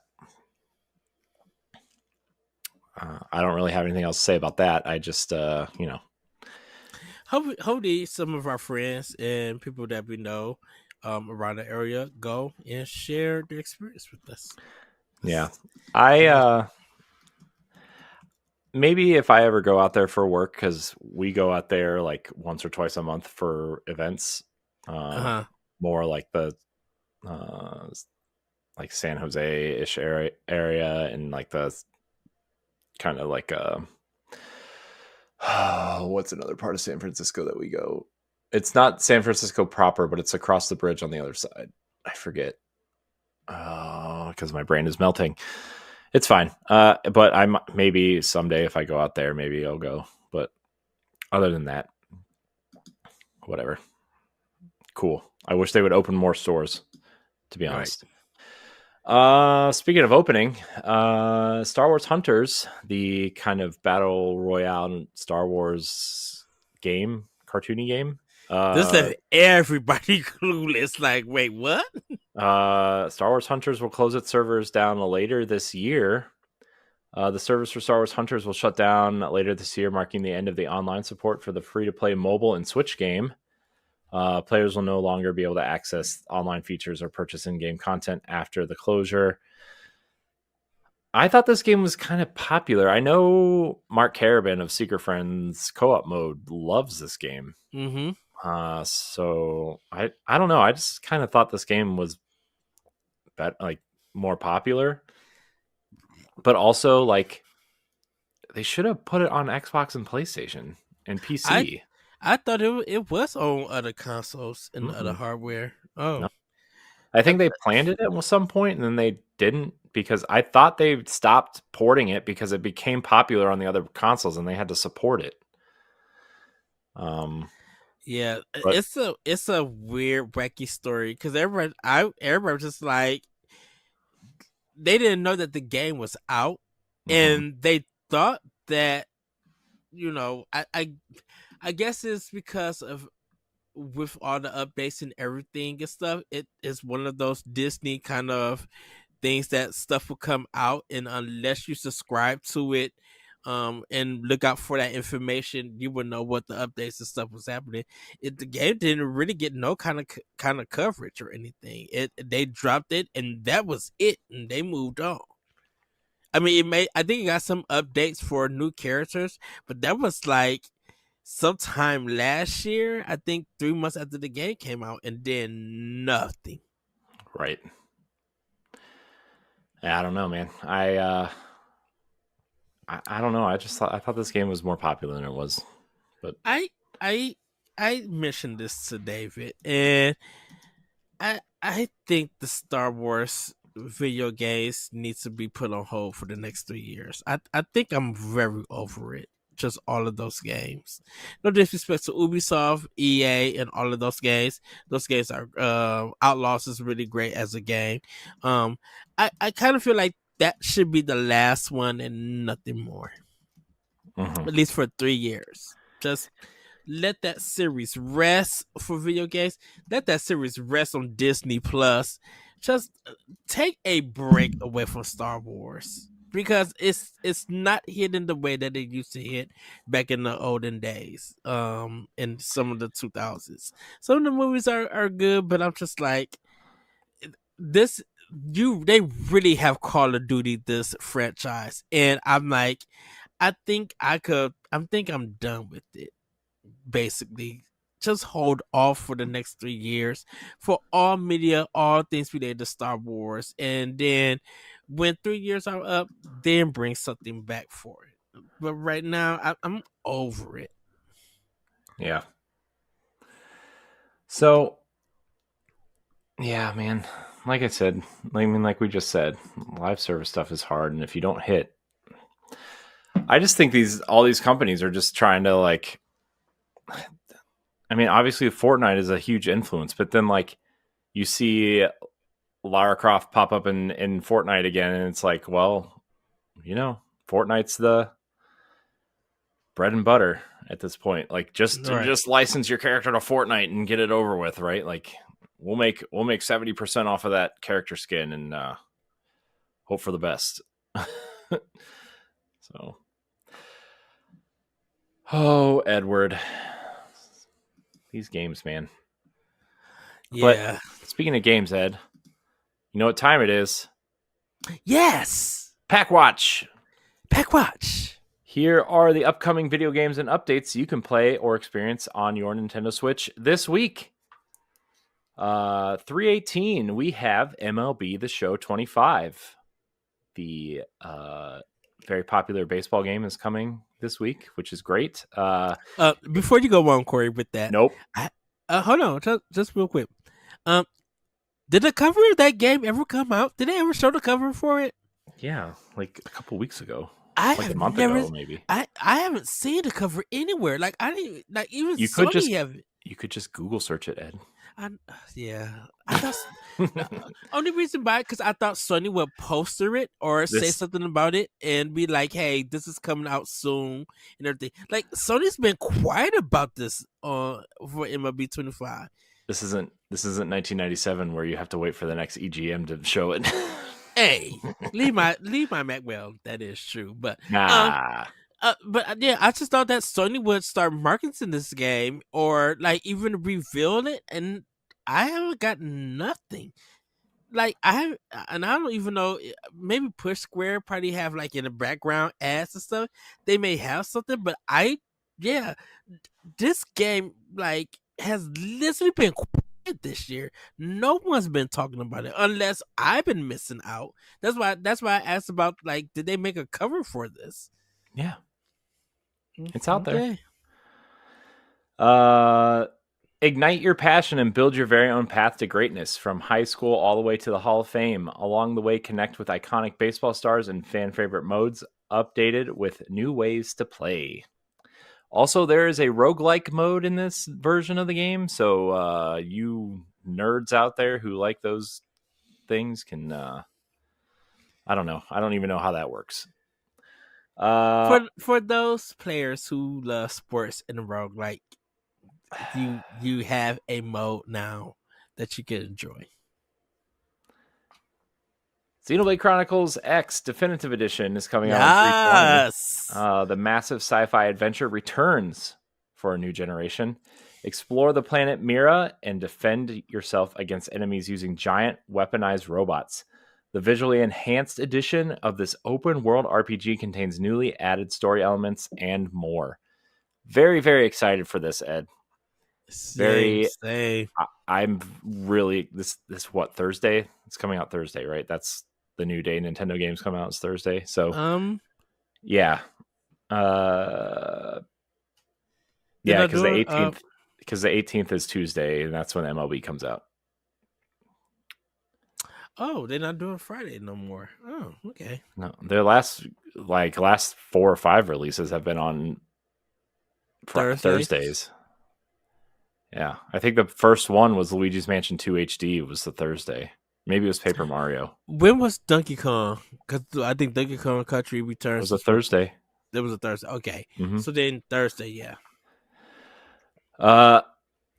Atelier Yumia, The Alchemist of Memories and Envision Land. This is a story about memory. Explore the field to gather materials and synthesis items. The items you create can be key to advancing the story and can be used in battles and exploration. Additionally, you can create your own base with building in the field. Great.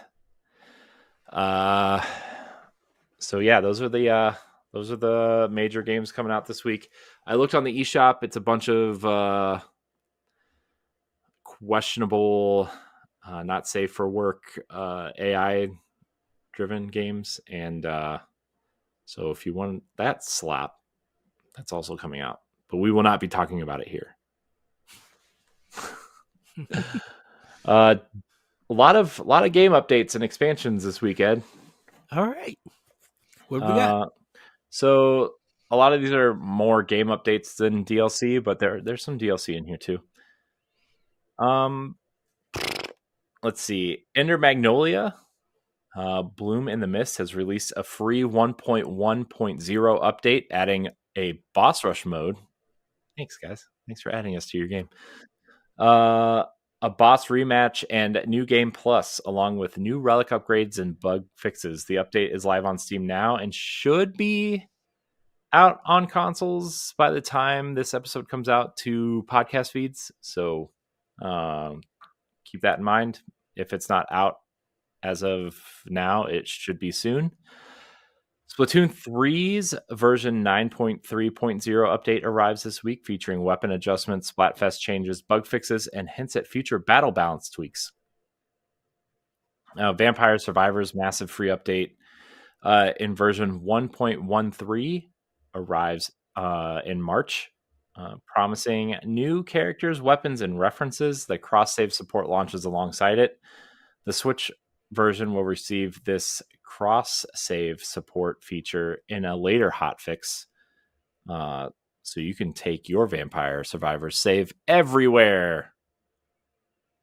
Ioun Chronicle 100 Heroes has released the Chapter of Sign DLC for $7.99, offering a new perspective on events with the Galdian Empire. It's included in the Season Pass and the Digital Deluxe Edition, and the Chapter of Marcus is arriving on April 3rd. I think that release date is new, so that's coming. That game I need to start. The Pokemon Trading Card Game Pocket will remove trade tokens that and introduce a Shine Dust system for trading higher rarity cards by the end of the fall. This was due to player feedback. They made this change, by the way. I know a lot of people had issues with trade tokens. Mm-hmm. Additional updates will include improved trading features and potential solutions to currently untradeable cards. Interesting. By the way, I pulled a 3-star Charizard EX card. Oh, nice. Very excited. I think that's rare. I'm not sure. I think 3 stars is like a rare, but I'm not 100% sure. I don't really care, but it was a cool card, so I'm bragging about it. It's Charizard. It's the only card with like a full animation. Like it says hold down on the card, so you hold down on the card and it like zooms in on Charizard and then it zooms out and there's like Pikachu riding a Pidgeotto and like a Blastoise fighting a Venusaur and a Dragonite flying overhead, and it's like, man, what's going on in this card? It's a Charizard card. Is there a scene where Pikachu rides Charizard? I don't remember. Probably. All right, Ed. The Final Fantasy series has surpassed 200 million sales worldwide, with 5 million from the 2023 Pixel remasters. To celebrate, Square Enix released its 1.2.0 patch for all 6 remasters, featuring UI improvements, balance tweaks, and bug fixes. Yep, got my patch. Tetris 99 is getting Xenoblade Chronicles X Definitive Edition Maximus Cup, which includes music, themes, and more for the game. Cool. As for Nintendo Switch Online this week, there are not really any updates to games, but Nintendo Music has added the Super Mario Brothers 3 full soundtrack. Yep.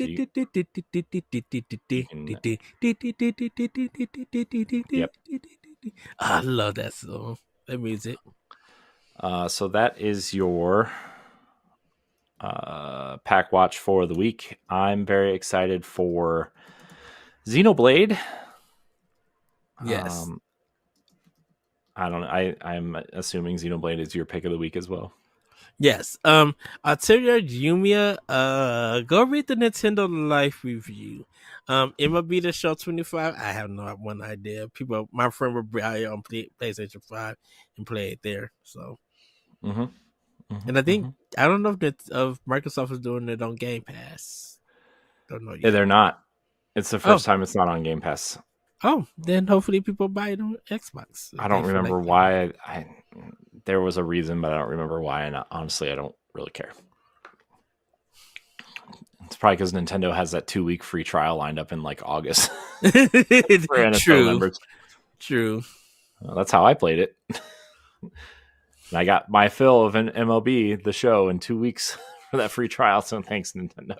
Right.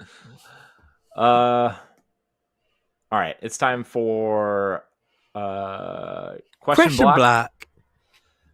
If you have any questions, topics, comments, or thoughts, feel free to send them into the show. If you're watching live, you can leave them in the comments, and we'll try to get to some of them during this segment of the show. But if not, you can join our community Discord and leave your comments there in the question block channel, or you can leave them on the YouTube video or free Patreon tier, or wherever you find a thread, we will check it. So Twitter, Blue Sky, we also leave threads there as well.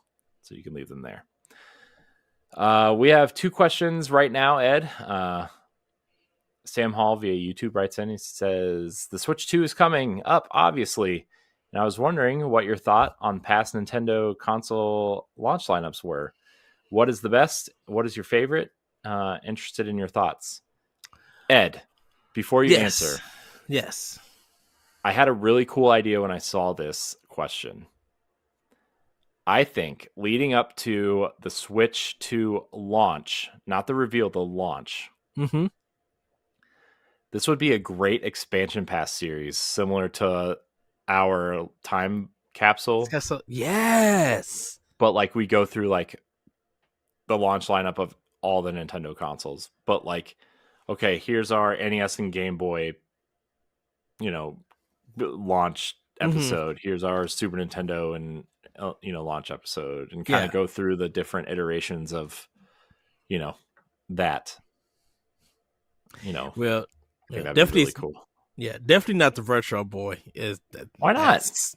No, I'm talking about that's like Wario's Woods. Wasn't it like only 2 or 3 games that came out for the there were 14 games total that came out for that console, so I don't know. I never bought the Retro Boy, everybody. So I had one and I sold it to pay rent, and I really regret it. Way back in the day, and now they're like really expensive. So anybody out there wants to get me an early birthday present, a Virtual Boy, you can send it. Uh, Anyways, but just to answer the question, I think, I mean, my favorite was probably N64, but that's because just Mario Super Mario 64 was 64. so amazing, right? GameCube was also pretty memorable with Luigi's Mansion and Pikmin, and then right around the corner was Smash, right? So, um, I don't know. It's hard for me. Like, I know a lot of people might think the Wii with Wii Sports and Zelda and stuff, but like, I hated Twilight Princess on the Wii. I played the GameCube version on the Wii. That's what So, I did. I don't know. It's hard for me to say the Wii. Um, but I don't know what. For me, I think it's either the GameCube or the N64. Okay, so I know I'm going to get some looks for this. Shocking. Um, Ed has a hot take. Everybody, strap in. I, I, I think the Wii U had the best one. Oh no! Outside What? of, oh yeah, Ew! Why? I think because it had more third party and That doesn't make it better. I man, I really think that it was really strong. To me personally, it was strong. 5-year-old Xbox 360 games are not qualified for a launch lineup. No, but I really think that the Wii U at the beginning had a lot of diversity for it. That's true. Um like EA put a Madden game on it. Mass Effect 3 was on it. Like, I think Call of Duty Black Ops 2. Black Ops 2 was on there, and they said that was a great way to play that game, or the best way to play that game, definitive version. And so I feel like I kind of just feel like that that that was the one for me. It did have a lot of great launch games. Like obviously, like, Assassin's Creed 3 was a launch game. I remember because I bought like 8 games that day. Call of Duty, Black Ops 2, Darksiders 2. I think Oh, and Zombie U.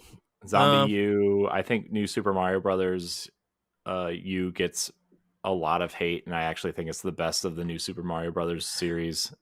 All right. Corey, Batman. I have the list for it. Oh, okay.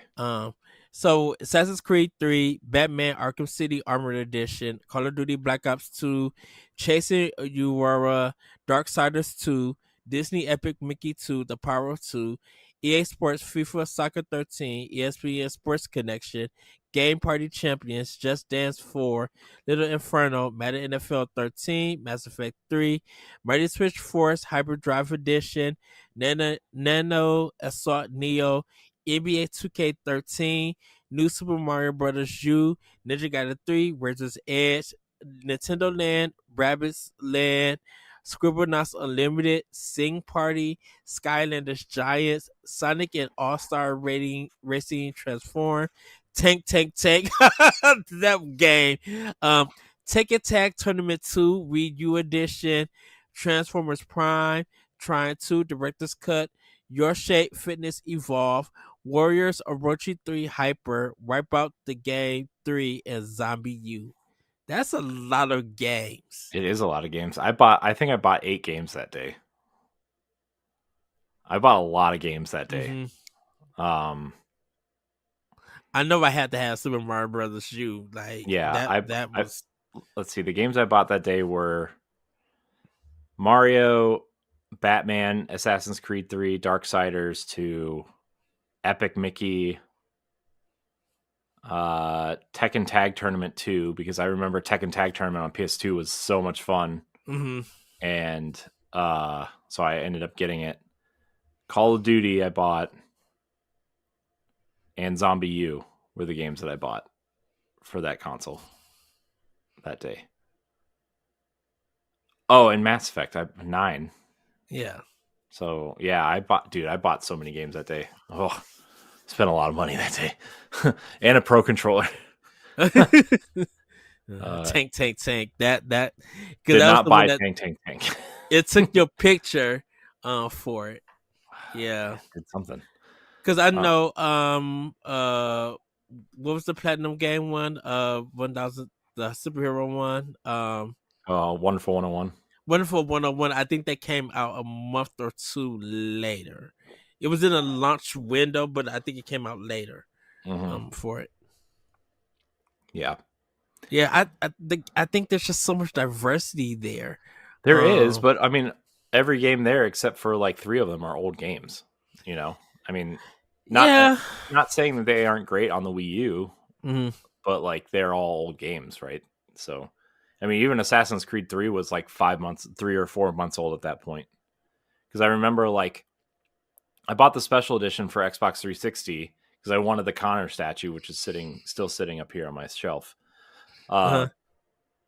But I wanted to play it on Wii U, so I waited and I traded in the Xbox 360 version of the game for the Wii U version. And by the time I bought the Wii U version, like the Wii U version was $50, I think, and the Xbox 360 version was like $14.99 or something.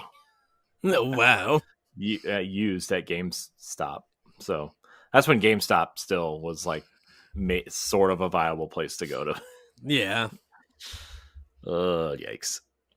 That store, man, rough. Not so much. Not so much. I mean, it is in a way, but for some people, but like a lot of stores, is just not around. Yeah, I mean, I don't have a GameStop by me anymore. I have to drive 25 minutes to the closest GameStop now. I gotta drive about 15 minutes from me. Yeah, but yeah, the Wii U was a fun launch day. I don't know if it was the best launch day. I think to me, I feel like it was, and that's why I'm not including Switch in this Yeah, I in don't this think you. question. I don't think you can include Switch. Yeah, because Too new. like I know you don't like the Wii.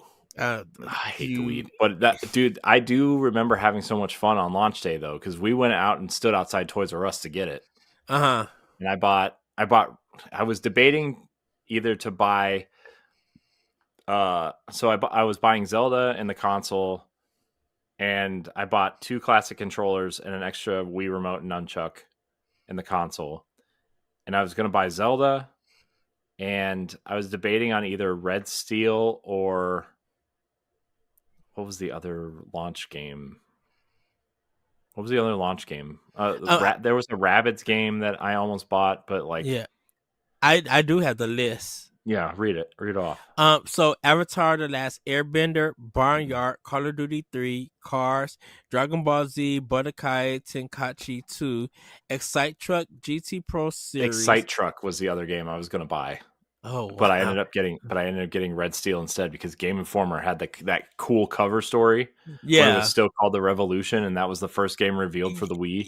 yeah. And I I was still like, have that one. I think I still have that cover. yeah, and I Yeah. was like, oh my gosh, to swing a sword, it would be awesome. And like, I was like, I'm in. And then Red Uh, Steel ended up being like not great, okay.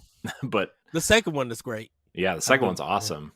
GT Pro Series, Happy Feet, Madden NFL 007, Marvel Ultimate Alliance, Metal Slug Anthology, Monster 4x4 World Circuit, Need for Speed Carbon, Open Season, Rapala Tournament Fishing, Raymond Raven and Rabbits, Red Steel, SpongeBob SquarePants, Creatures from the Krusty Krab, Super Monkey Ball, Banana Blitz, The Grim Adventures of Billy and Mandy, The Legend of Zelda Twilight Princess, Tom Clancy's Splinter Cell Double Agent, Tony Hawk's Downhill Jam, Trauma Sensor, Second Opinion, Wii Sports, and World Series of Poker.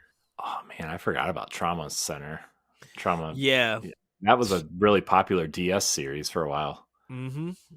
And that's Atlas right there.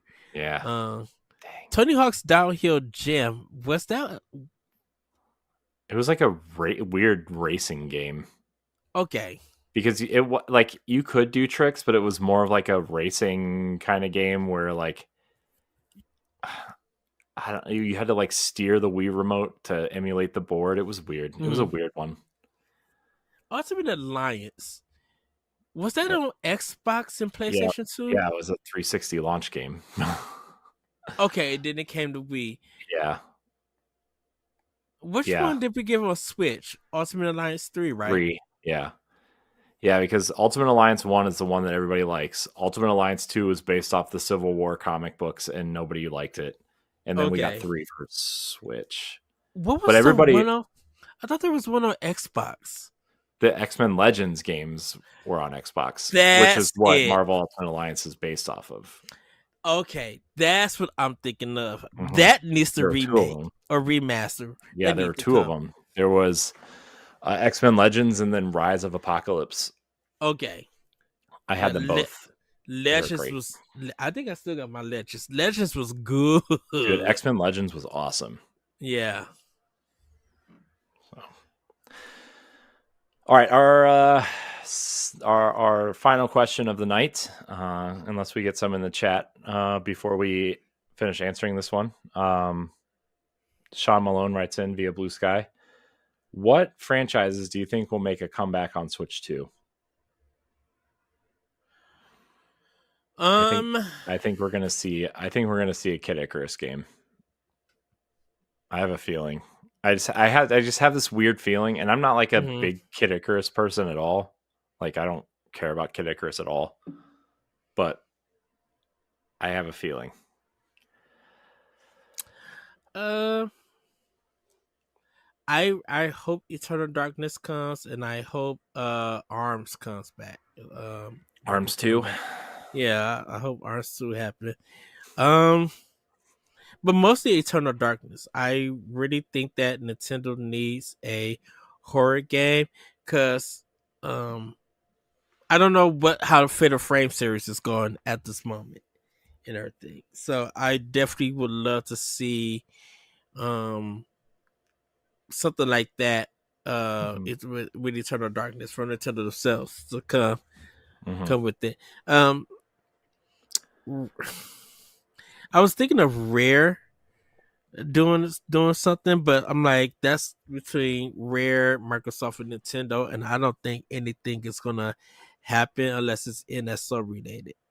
I'm actually kind of shocked they haven't put Rare Replay on Switch yet, to be I'm honest. surprised they didn't get that Battletoads game on Switch. Yeah. Like, I mean, whatever. I don't really care, but still, like, seems odd. That would be the like no brainer to me if you ask me. But I would love to see Project Hammer. One of Nintendo's action games that ended up getting canceled. I would kind of love to see. yeah, well, that make a comeback. We thought Project Giant Robot got canceled and it got shoved into Labo. Remember? Yeah, that is true. Which is hilarious.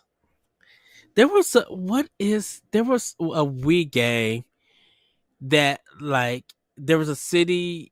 I think it was a third person shooter. I think it was a city with all this water that was happening to it.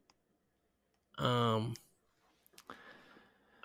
goodness. Got me. The only shooters I can think of on Wii were like The Conduit. The Conduit would be a cool series. That would be a good one. Yeah. That's Sega though, right? Yeah, that's Sega. That is Sega. The Conduit was pretty neat. The first one was really good, actually. Second one, weird, but still fun. Yeah, man, the Conduit was cool. Should bring that back. Sega, bring it back. I don't really think Sega really cares to bring that back. When is Squaresoft brought the bouncer back? Yes. Dude, look, if Square brought the bouncer remastered or something, yes. I still have my copy of the bouncer. That was the first game I ever bought for PS2. I bought the bouncer and I bought Madden and NBA Live.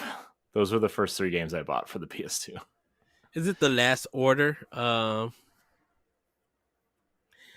No. What's Microsoft's Xbox role-playing game? Lost Odyssey? Yeah. Yeah. I would love to see a 2 on Switch. I would like that may have that be a comeback.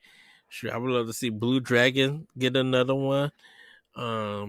Yeah, I would like to see all of Miss Walker's games maybe make a comeback at some point. Pandora's Tower. Yeah. I guess we'll see. But that's it. That's all we got, Ed. That's all of our questions, I think. Let me double check chat here. Yeah. That's it. That's all we got. Well, everybody, as we before we head out, just quickly our final thoughts. Like I said, we are getting ready for the Switch 2 Direct. We are excited to see what games are going to be on it. If there are going to be some PC games coming, some first party from Microsoft, or definitely indie games. We are definitely excited to see. I really hope at PAX East they have a demo station for this, and hopefully Boss Rush could get a chance to get their hands on it, play over some of the games, and give our impression live at PAX East. But so that is my final thought. Corey, any final thoughts? Yeah, I just I'm kind of excited for some of the stuff we're lining up. I don't know how much of it will work out and how much will really I would like this live stuff was really fun for me to do again. Mm-hmm. Hopefully we can keep that up at least on our main shows. But it does have me rethinking of how I have my setup now, because Laurent was playing Fusion last night on stream, or Zero Mission. Yeah. And I was like, man, I kind of want to stream again. And now that I have this extra section of a desk over here, I'm like, it could happen.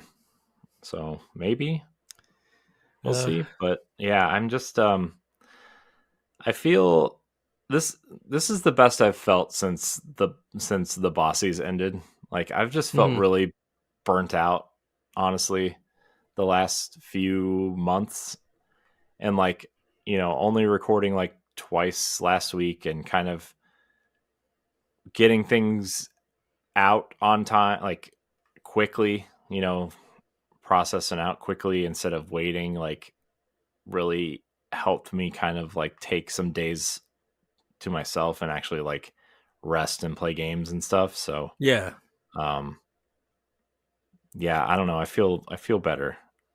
And this is the best I've felt since, I don't know, probably since before Thanksgiving, to be honest. So yeah, that's where I'm at. All right. Well, also, shout out to all the people who joined us live. Very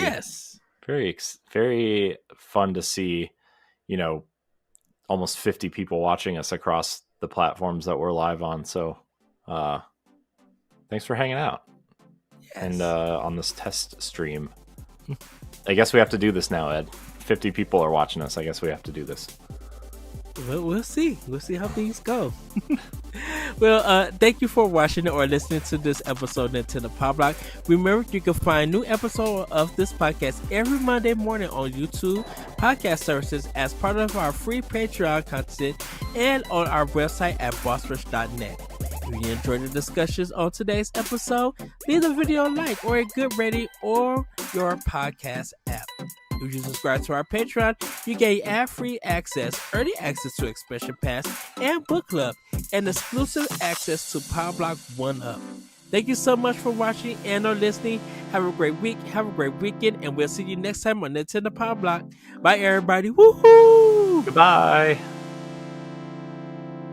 If you want to see how you can become a Patreon producer, head on over to patreon.com/BossRushNetwork. The Patreon producers for this month are Adriel Munger, Austin Campbell, Celeste Roberts, Christian S., Sana Dirrig, Francisco Santillan, Matthew Keel, and Todd Oxtra. Thanks for your continued support of the Boss Rush Network.